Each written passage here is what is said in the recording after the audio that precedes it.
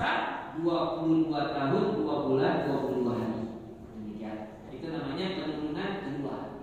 Ya, penurunan zaman bertahap. Nah, di mana tentang kemujizatan Al-Quran kita perlu mengetahui pula ya betapa Allah melapangkan rahmat dan keberkahan, ganjaran pahala dengan ganjaran yang sangat luar biasa memiliki tambahan. Tidak tanggung-tanggung hadirin dalam pembacaan Al-Quran. Dalam satu hadis Nabi Sallallahu Alaihi Wasallam Nabi bersabda, "Man qara'a harfan min kitabillah falahu hasanah, wal hasanah bi asyri amsalha. La aqulu alif lam mim harf, walakin alif harf, wa lam harf, wa mim harf." Siapa yang membaca satu huruf daripada Al-Quran, baginya satu kebajikan. Satu kebajikan dilipat gandakan menjadi 10 kebajikan. Kalau kita baca Bismillahirrahmanirrahim, udah 19 huruf. 19 kali 10, hitung aja berapa ayat kita baca tuh dari pas lagi yang kita lakukan sholat tarawih. Ya Allah, ya. Kalau kita mau itu, kalau kita khatam, ini hadirin sekalian, ini bagi mereka yang mau mencapai ganjaran balasan yang sangat indah di sisi Allah, sehingga indahlah hidupnya kelak di negeri akhirat. Dia selamat masuk dalam surga Allah, Jannatul Na'im. Ini mudah Allah lapangkan ini, semudah-mudahnya untuk meraih daripada rahmat dan keberkahannya. Bagaimana mungkin kita tidak tergerak? Hadirin, jangan sampai nanti ketika kita keluh, lidah kita kaku, sudah tidak lagi dapat melafazkan ayat-ayat Al-Quran. Mohon maaf hadirin, kalau kita udah mencang bagaimana buat kita? Udah gak bisa. Nah kalau kita udah kena apa itu namanya? Stroke, udah kena stroke, bagaimana kita baca Quran? Ini saat kita masih sehat, lidah ini masih bisa dilafazkan, bacalah Al-Quran. Ya hadirin, Masya Allah. Ya. Karena hadirin, ini kita di dunia ini, kita nih alat pilihan.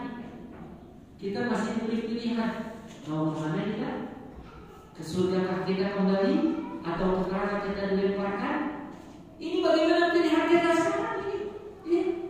Nanti kalau di akhirat kita nggak bisa milih. Nanti di akhirat ketika ada seseorang dia mati dalam kekafiran atau mati dalam membawa dosa dan kemaksiatan yang sangat berlebihan tanpa ada taubat kepada Allah dia lakukan, bagaimana hadirin keadaannya sebagaimana dalam surah yakni An-Naba, Allah firmankan keadaan mereka, wa qala al-kafirun ya laitani kuntu turaba, ya laitani kuntu turaba. Celaka saya. Orang kafir bilang celaka saya. Seandainya saya dahulu adalah tanah. Seandainya saya dahulu tanah. Kenapa? Kalau tanah hadirin diciptakan Allah buat kita injak, buat kita tanam tanaman, buat kita ngebangun, buat kita segala macam. Dan tanah nanti di akhirat enggak dimintai pertanggungjawabannya. Ya. Tapi kita manusia hadirin, ketika kita melihat saking adilnya Allah nanti di hari kiamat, saat Allah tegakkan kisah seadil-adilnya, ada kambing yang pernah menanduk temannya, sesama kambing ditanduk. Nanti di akhirat dibalas, ditanduk lagi. Tapi setelah mentanduk-tandukan itu hadirin selesai kehidupan kambing. Tidak ada di negeri akhirat, tidak ada kambing masuk surga. Nah, ya, jadi selesai. Dilihat kambing selesai, macan, zalimin, harimau selesai. Semua kan punya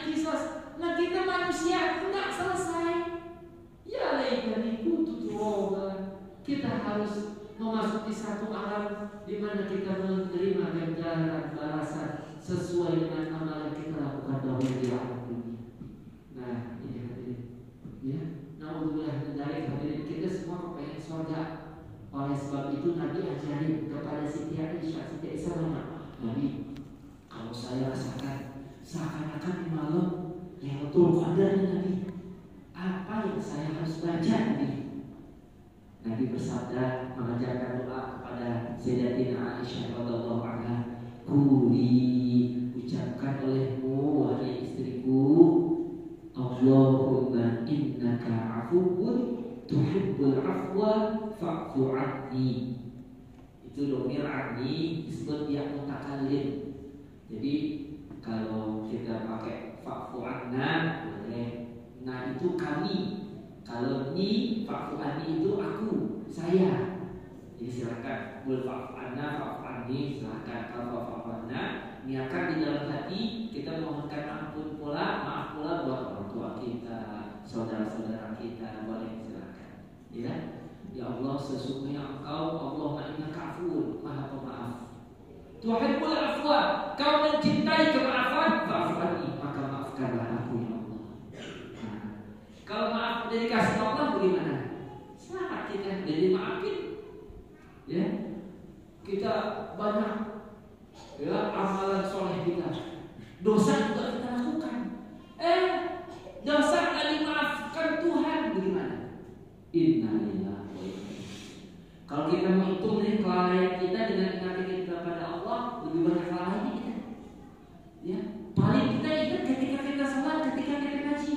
Ketika kita lagi dapat susah, kita ingat Allah. Bahkan di dalam sholat kadang-kadang kita lupa. Lagi sholat masih diingat.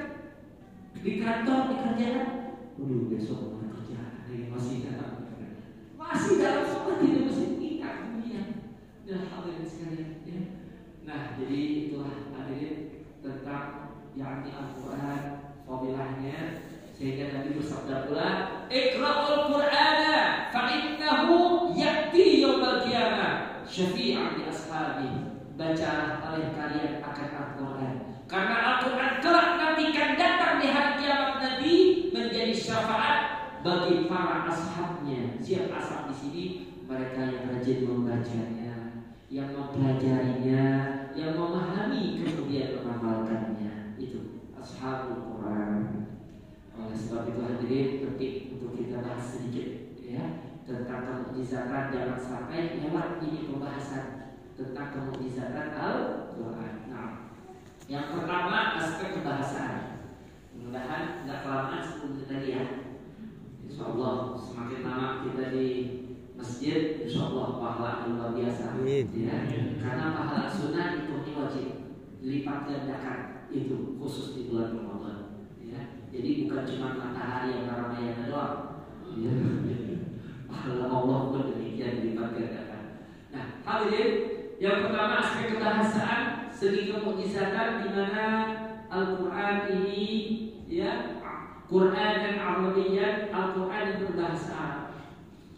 Al-Quran turun di mana ketika itu bangsa Arab ini sedang tinggi-tingginya dia punya kesusastraan. Hebat para sastrawan, dia punya bahasa luar biasa dalam.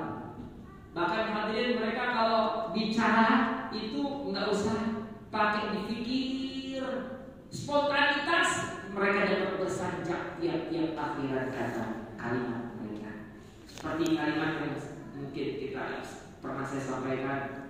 Ya man ada, thumma atada, thumma qataraf, thumma ala, thumma intaha, thumma ataraf, abshir biqaulillahi fi ayatihi iyyantahu yughfar lahum ma qad salaf. Enggak pakai dipikirin dulu, spontanitas itu. Nah, kalau kita kan mikir dulu kalau pengen bersanjak belakangnya. Kita pikir, dari rumah kita buat dulu apa kita katakan?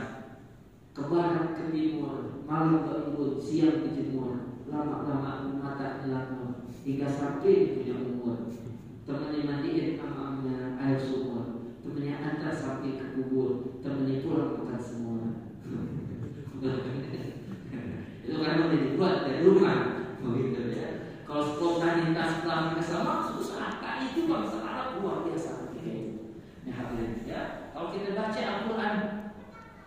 Ar-Rahman 'allamal Qur'an 'allamal insan. Ya Allah.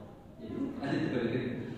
Ar-Rahman 'allamal Qur'an khalaqal insan 'allamahul bayan. Ya, belakangnya pun semua. Alhamdulillahilladzi anzala 'ala 'abdihi al-kitaba wa lam yaj'al lahu 'iwaja qayyiman liyunzira ba'san shadidan min ladunhu wa yubashshirul mu'minina alladhina ya'maluna as-salihati anna lahum ajran hasana makithina fihi abada.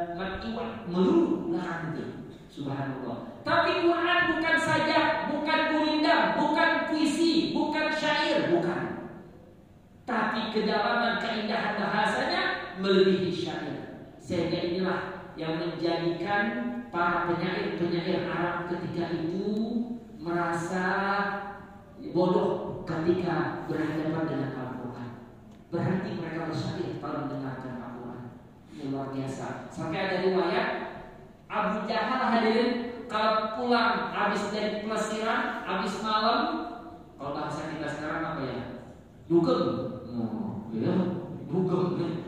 Dunia kemarahannya. Dia pulang, dia habis mabuk, dia berzina dan segala macam. Abu Jahal lagi mabuk nih. Lewat rumah Nabi. Ditempelin telinganya di tembok rumah Nabi. Ngapain? Ngedengar Nabi baca Al-Quran di salat malamnya. Dengerin aja. Suatu hari ketahuan seseorang, kata Abu Jahal, yang mau masuk siapa ya?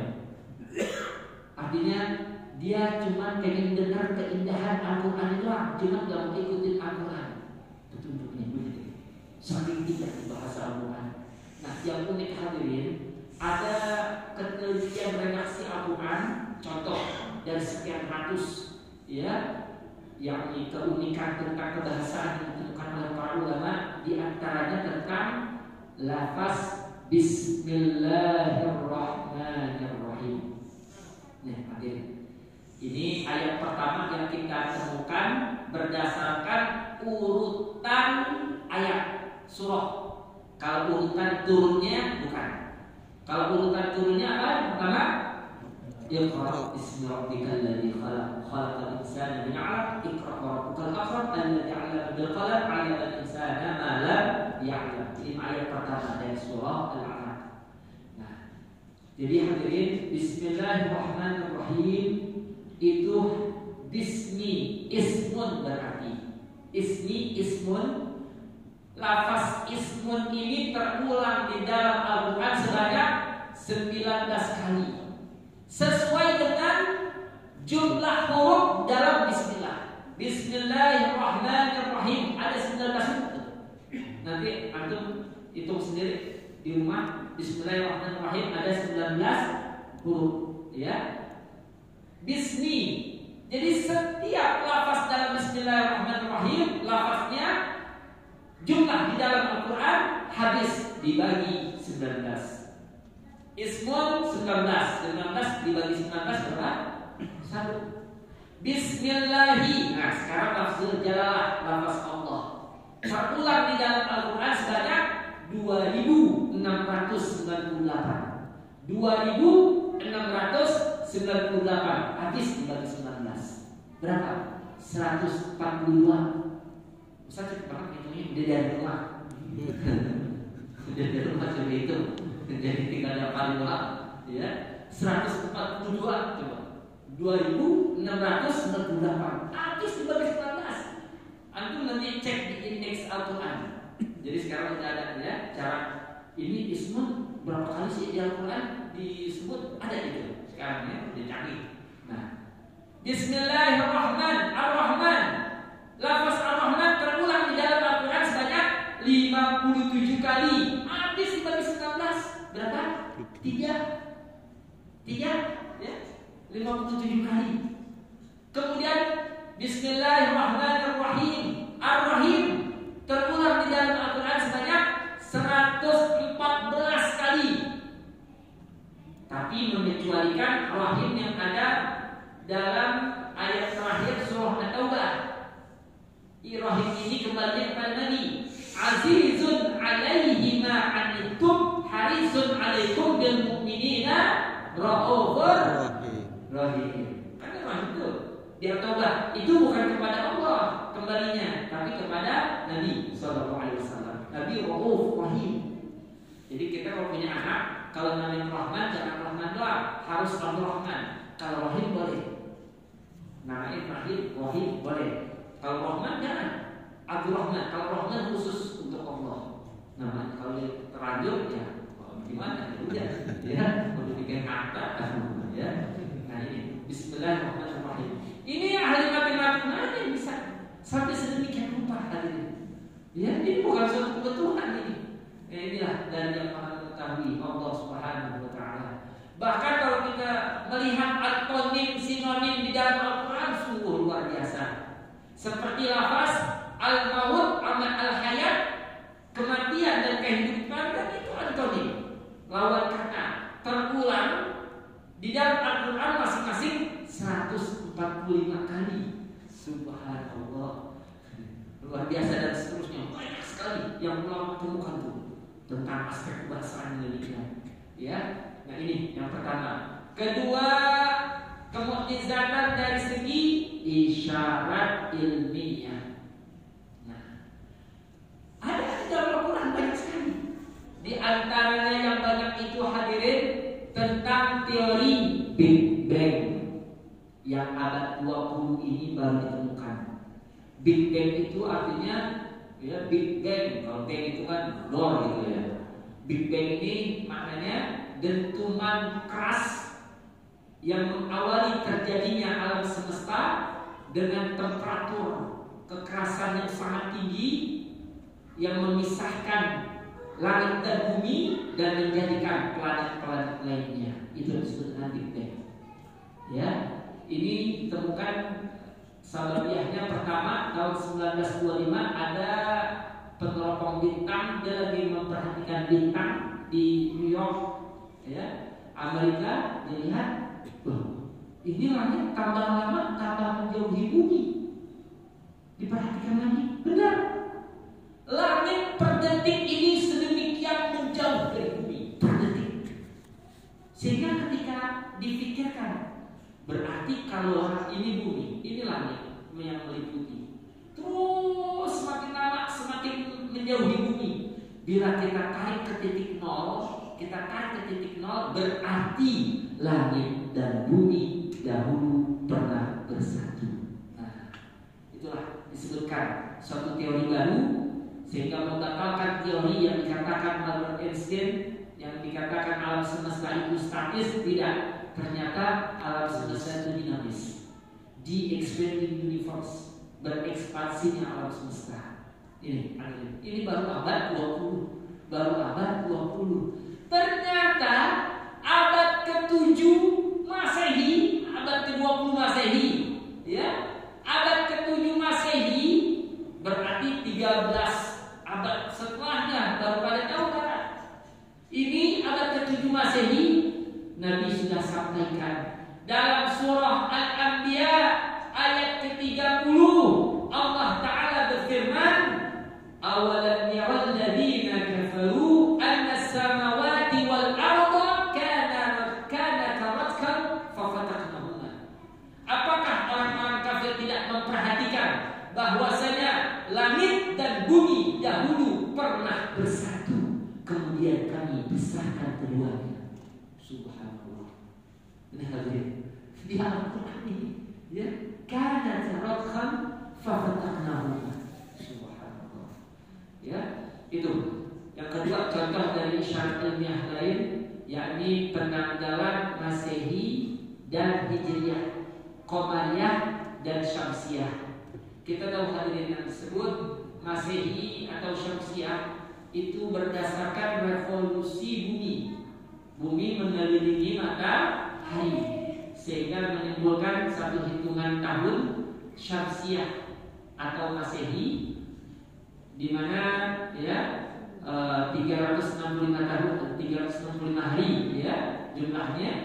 Adapun yakni revolusi bulan, mengelilingnya bulan akan bumi melahirkan perhitungan Qamariyah, ya, beda 11 hari dengan Syamsiah. Nah, di dalam Al-Quran ini ada isyarat yang sangat luar biasa.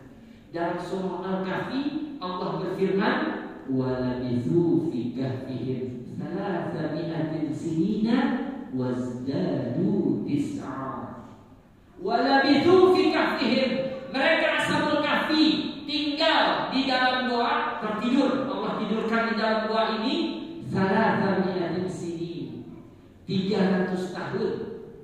300 tahun, wasdadu 9, tambah 9. Jadi nggak disebut 309 tahun, tidak disebut ya 300 tahun. Jadi bukan 300 tahun, bukan 309 tahun. Al-Quran bagaimana menuturkannya? 300 tahun tambah 9. Kenapa demikian? Karena setiap kelipatan 300 tahun itu ada kelebihan 9 tahun, ya, bagi tahun Qamariyah atas Syamsiah. Setiap kelipatan 300 tahun. Subhanallah. Ini teliti sekali, ya. Salah dari adin sinina wazdadu 9. Jadi kalau kita pakai ayat ini, ya benar. Ayo, berapa lama Ashabul Kahfi di dalam gua tertidur? Mau pakai hitungan apa? Sama-sama, ya. Salah dari adin sinin. Itu kalau yang tanya Nasrani, Yahudi. Tapi yang tanya umat Islam, salah pakai Qamariyah, salah dari adin sinina wazdadu 9. Tinggal tambahin wazdadu 9. Inilah hadirin sekalian, sangat luar biasa, ya. Jadi demikian ini. Bahkan tentang perputaran revolusi bumi dan yakni bulan, sehingga menimbulkan perhitungan tahun dan hitungan tahun dan perkiraan masa ada di dalam Al-Quran. Huwa alladhi ja'ala asy-syamsa diya'an wal qamara nuran wa qaddarahu manazila lita'lamu 'adada as-sinina wal hisab. Huwa alladhi ja'ala asy-syamsa diya'an wal qamara nuran. Subhanallah. Huwa alladhi ja'ala asy-syamsa, dialah Allah yang menjadikan ja'ala asy-syamsa diya'an, matahari bersinar, wa qamara nuran, bulan bercahaya. Kok beda Ustaz? Matahari bersinar, bulan bercahaya, dibedakan dengan Al-Quran. Oh, ternyata diteliti tentang kebahasaan dari dia itu hadirin, sinar pada dirinya, bukan sinar pantulan. Itu dia, matahari itu dia. Tapi kalau nur pada bulan itu sinar pantulan, bukan sinar aslinya. Benar gak? Benar gak menurut ilmu pengetahuan sekarang? Subhanallah. Ini Nabi tahu dari mana? Nabi ummi, tidak bisa baca, tidak bisa tulis. Tapi para nabi, para rasul punya sifat wajib, fatonah, cerdik, pandai. Enggak perlu belajar karena sudah tercukupi ilmunya dengan wahyu. Subhanallah. Ada dari Rabbi fa'asal tadimi. Allah yang langsung mendidik aku, maka didikan Allah kepada aku yang terbaik. Ya, kalau ada orang bisa baca, bisa tulis, rajin baca, pintar, wajar. Ini nanti nggak bisa baca, nggak bisa tulis. Subhanallah. Segala fenomena yang sekarang terjadi itu banyak sekali sudah diisyaratkan dalam Quran dan Sunnah. Tinggal kita mempelajarinya sekarang. Ya, hadirin, insyaallah, ya. Nah ini untuk, jadi kalau ada ibu bapak pengen anak ahli kimia, ahli fisika, ahli ekonomi, ya Allah, di Al-Quran, di hadis itu banyak sekali pembahasannya. Ya, tinggal sekarang dekatkan generasi kita ini dengan Al-Quran. Ya, dekatkan dengan Al-Quran, pelajari Al-Quran mulai dari bahasanya, segala macamnya. Sibukkan mereka dengan amalan soleh. Jangan pernah memberi ruang jeda waktu buat mereka dalam kelalaian, apalagi dalam kemaksiatan. Insya Allah mereka akan menjadi generasi Al-Quran di masa mendatang. Yang terakhir tentang kemukjizatan Al-Quran dari segi pemberitaan gaib. Hadirin, tahun 1896 1896. Ya.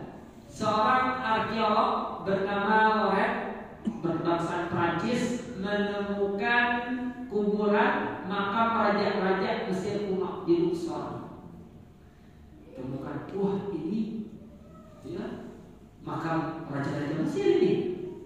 1908 Elliot Smith sama arkeolog berkebangsaan Prancis, karena memang Mesir ini dijajah Prancis dahulu, ya, meminta izin kepada pemerintah Mesir untuk membuka peti buminya.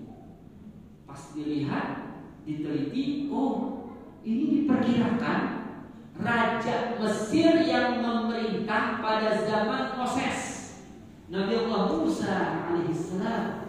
Siapa? Meneptah Ramses II. Meneptah. Kita sebut di Al-Quran namanya Fir'aun. Fir'aun itu bukan nama, gelar. Kalau kita kan ada kami Kubudo, itu kan gelar, bukan nama. Ya. Kalau raja Mesir pada masa Nabi Musa gelarnya Fir'aun, zaman Nabi Yusuf gelarnya Aziz, gitu. Itu gelar, bukan nama. Ya. Kemudian tahun 1975 Maurice Bucaille dan dokter ahli bedah berkebangsaan Prancis Maurice Bucaille ini meminta izin untuk meneliti jasad Fir'aun. Ketika diteliti, jasadnya mengandung garam dan Fir'aun ini matinya sok. Tapi ini jasadnya siapa ya? Di Bible, Old Testament, New Testament nggak disebutkan ini. Perjanjian Lama, Perjanjian Baru nggak ada keterangan. Jasad Fir'aun diselamatkan, nggak ada keterangan. Nggak ada keterangan itu. Ya. Dalam naskah-naskah kuno pun tidak ada penjelasan bahwa diselamatkannya jasad Fir'aun, tidak ada. Bingung nih Mas Bosel nih. Kita rapat sehingga para ahli bedah rapat mengikut sertakan dokter dari Mesir pula.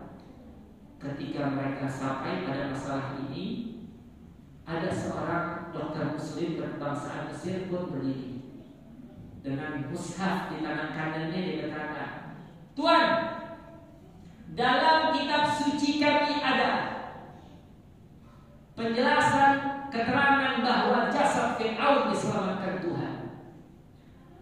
Dalam surah Yunus ayat 96 Allah berfirman, "Fal-yawma nunajjika bibadanika litakuna liman khalfaka ayah." Pada hari ini kami selamatkan jasadmu wahai Fir'aun untuk menjadi nasihat pelajaran bagi orang-orang setelahmu. Subhanallah. Ini Maurice Bucaille hadirin mendengar hal demikian, tidak pakai mikir, masuk Islam masuk. Subhanallah. Nggak mungkin. Jarak Nabi Muhammad dan Nabi Musa itu 12 abad.